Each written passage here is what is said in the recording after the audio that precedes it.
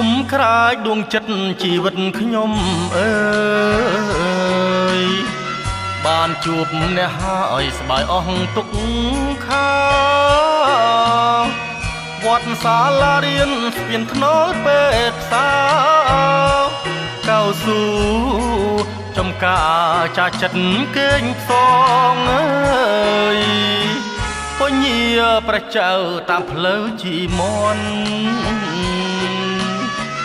ចូលវត្តធ្វើបុណ្យបានជួបនួនល្អវត្តក្រាយសមាធិវិន័យព្រះសង្ឃអង្គព្រៃចន្លងចងភ្ជាប់វាសនាព្រះចៅពញានាមាល្បាយល្បីខេត្តត្បូងឃ្មុំថ្មីសាស័យស្នេហា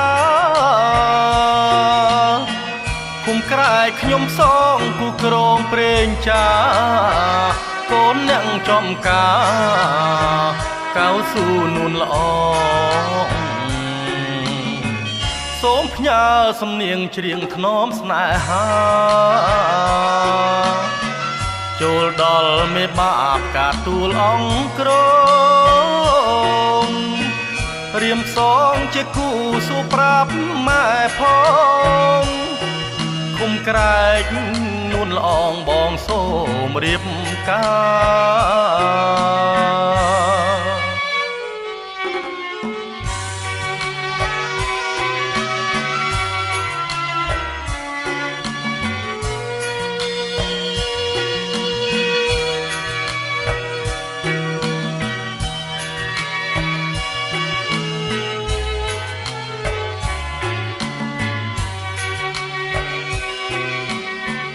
ព្រះចៅពញានាមាល្បាយល្បីខេត្តត្បូងឃ្មុំថ្មីសាស័យស្នេហាគុំក្រែកខ្ញុំសងគូក្រងព្រេងចាកូនអ្នកចំការកៅស៊ូនួនល្អសូមផ្ញើសំនៀងច្រៀងថ្នមស្នេហាចូលដល់មេបាបកាទួលអង្គគ្រងរៀមផ្សងជាគូសួរប្រាប់មហេផងគុំក្រែកនួនល្អងបងសូមរៀប